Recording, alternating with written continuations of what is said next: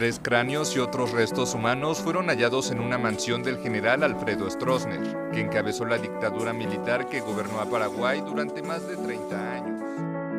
La dictadura de Paraguay. Stroessner llegó al poder después de unas décadas convulsas. La guerra del Chaco, que enfrentó a Paraguay y Bolivia por una región fronteriza que se pensaba que albergaba recursos naturales, se saldó con 30.000 bajas paraguayas y el doble en el bando boliviano. 12 años más tarde estalló una guerra civil cuando los partidos de izquierda se levantaron contra el gobierno de derecha, y con vestigios dictadores de Higinio Morimigio, un año después de la guerra el país vivió un golpe de estado que desencadenó un carrusel de presidentes y el levantamiento de militares, que no paró hasta el golpe de estado de Alfredo.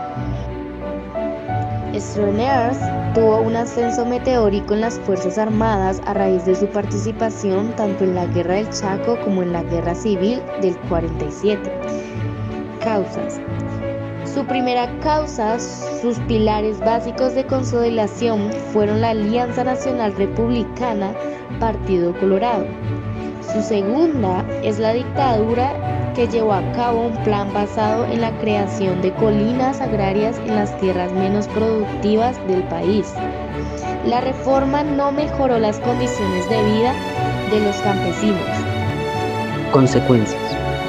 Paraguay quedó literalmente devastado. La mayoría de su población útil había caído en combate. Las pérdidas humanas sufridas por sus enemigos fueron también considerables. Las secuelas de la guerra se dejaron sentir por muy largo tiempo. El informe realizado entre octubre de 2004 y agosto de 2008 por la CBJ concluyó que las fuerzas al servicio de Stroessner efectuaron 20.820 detenciones irregulares, de las cuales resultaron víctimas 19.862. Yo, Alfredo Stroessner, presidente de la República del Paraguay, juro ante Dios y la patria cumplir y hacer cumplir fielmente esta Constitución. Si así no lo hiciere, Dios y la patria me lo demandan. Antecedentes que se generaron durante esta dictadura. Por el lado social, desigualdad en la tendencia a la tierra, viéndose así el problema agrario. Por el lado político, el proceso de militarización del gobierno dentro de un marco político muy conflictivo e inestable. Por el lado económico, se dieron bastantes. El primero fue, según los censos, más del 6% de la población estaba compuesta por peones rurales y solo 1.500 eran dueños del 85% de las tierras cultivables. El siguiente es, la industria era casi inexistente y solo se elaboraba de bienes derivados de la producción agropecuaria. El siguiente, el 90% del comercio exterior se realizaba por río y por el desarrollo del sistema fluvial. No hizo falta la construcción de ferrocarriles o caminos, como en otros países de Latinoamérica. Tras el fin de la dictadura, se dio el autoritarismo y el conjunto de medidas represivas aplicadas por la dictadura impidieron el desarrollo y organización de los opositores.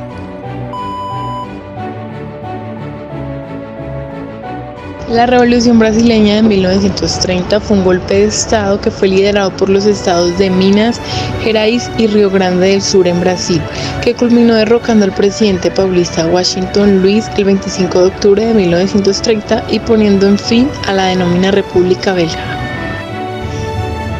El gobierno impuesto por la Revolución de 1930 implementó y adoptó en Brasil las primeras formas de legislación social y de estímulo al desarrollo industrial, estimulando normas favorables a la clase obrera, que ya empezaba a aumentar en número e importancia política.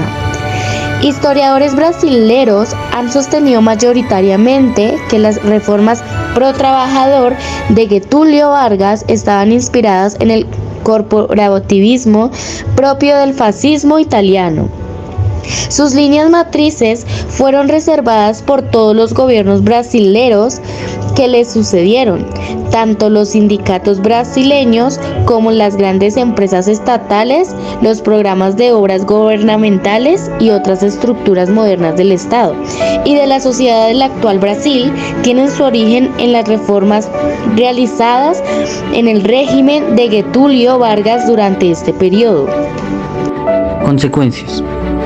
La independencia de Brasil provocó consecuencias políticas, sociales y económicas, entre ellas las que se destacan a continuación: disolución del vínculo colonial y ruptura con Portugal, la instauración del Imperio de Brasil que perduró hasta 1889. La revolución de 1930 también despojó de gran parte de su poder a las élites políticas tradicionales de la República Velha, permitiendo que nuevos grupos sociales ganasen influencia en la política brasilera. Si bien la hegemonía económica de São Paulo y Minas Gerais no fue extinguida, estas regiones se vieron en la necesidad de competir con otros centros de desarrollo económico y social, Río de Janeiro, Río Grande do Sul, y con nuevos actores dentro de la economía de Brasil, cuya riqueza y poder no dependían del ciclo agrícola-ganadero propio del café con leite, como las actividades de la industria, banca y cerveza. Tuvo dos fases: el gobierno revolucionario de las Fuerzas Armadas de 1968 a 1980. Fue un periodo de régimen militar en la historia del país, donde el país fue dirigido bajo el gobierno nacionalista conformado por miembros de las Fuerzas Armadas, encabezado por el general Juan Velasco Alvarado, que tomaron el poder político mediante el golpe de Estado el 3 de octubre de 1968. El gobierno revolucionario tuvo dos fases: la primera bajo el liderazgo de Juan Velasco Alvarado y la segunda tras el relevo del poder por Francisco Morales Bermúdez. Fase 1, de 1968 a 1975. El Estado impuso un estado de reforma Plan Inca. Busca modernizar y democratizar socialmente al país por una guía autoritaria dirigida por Juan Velasco Alvarado.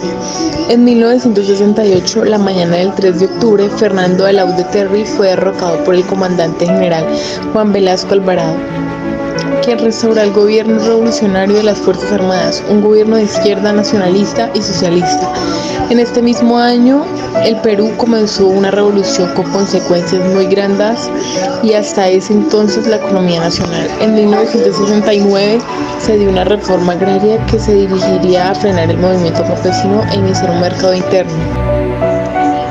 En septiembre de 1970 se creó la Ley de Comunidades Industriales, se creó como la forma de cambiar los trabajadores simple salario o en propietario asociativo y convertirlo en el sujeto del quehacer económico, superar la lucha de clases y estimular el desarrollo industrial. En 1972 se formuló un plan Inca, se crearon las industrias de propiedad social y se dio la ley de reforma educativa. En 1974 se confiscaron los medios de comunicación, así como la clausura de los diarios, se subió la presión de los canales de televisión y por esa razón las compañías vendieron el 51% de sus acciones al gobierno peruano. Con ello extraviaron muchos otros periódicos. Golpe de Estado del 20 de agosto de 1975, el general Francisco Morales Bermúdez encabezó un golpe de Estado de que derribó a Juan Velasco Alvarado en una acción que se entendió como el tacnazo. Causas. La primera causa es que Juan Velasco Alvarado no compartía la ideología del gobierno en turno, ya que él tenía una ideología de izquierda y como Juan Velasco tenía el apoyo del ejército, decidió derrocar al presidente mediante el golpe de Estado. Otra causa es que Juan Velasco Alvarado tenía en su mente ideales reformistas, por lo cual tomó el poder a la forma e implementó todas las reformas que quiso.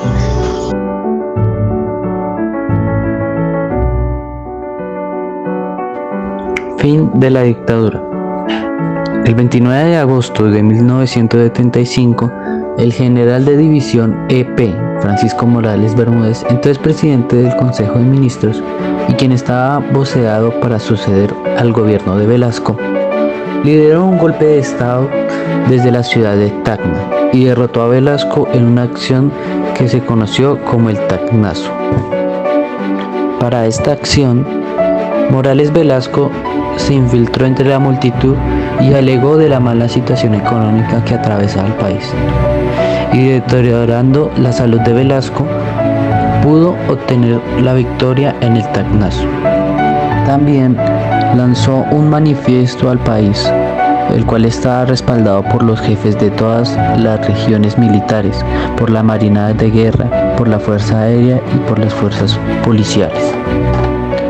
Al día siguiente de que Velasco hubiera abandonado el Palacio de Gobierno, se marchó pacíficamente de su residencia. Morales Bermúdez se autoproclamó presidente de la República de Perú, como jefe de Estado en la segunda fase, el proceso de revolución de las Fuerzas Armadas.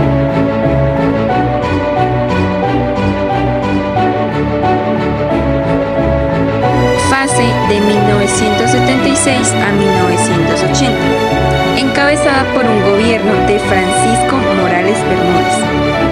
En esta fase presenciaron grandes cambios.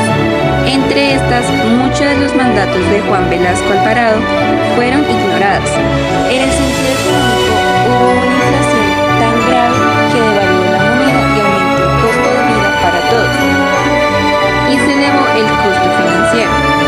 En lo político, se permitieron la actuación de algunos partidos como Acción Popular, Partido Popular Cristiano, Partido Aprista, Partido Comunista, que empezaron a recuperar valor y presencia. En esta fase también hubo grandes movilizaciones sociales masivas. Las crisis más significativas fueron la crisis del julio en 1977. Esta crisis acabó con la convocatoria de las elecciones generales de 1980, en las que hubo como ganador Fernando Beleún de Terry, recuperando la presencia el 28 de julio del mismo año, con la que se concretó el regreso de la democracia. Los personajes principales de la dictadura en Perú fueron Juan Velasco Alvarado, Francisco Morales Bermúdez y Fernando Beleún de Terry.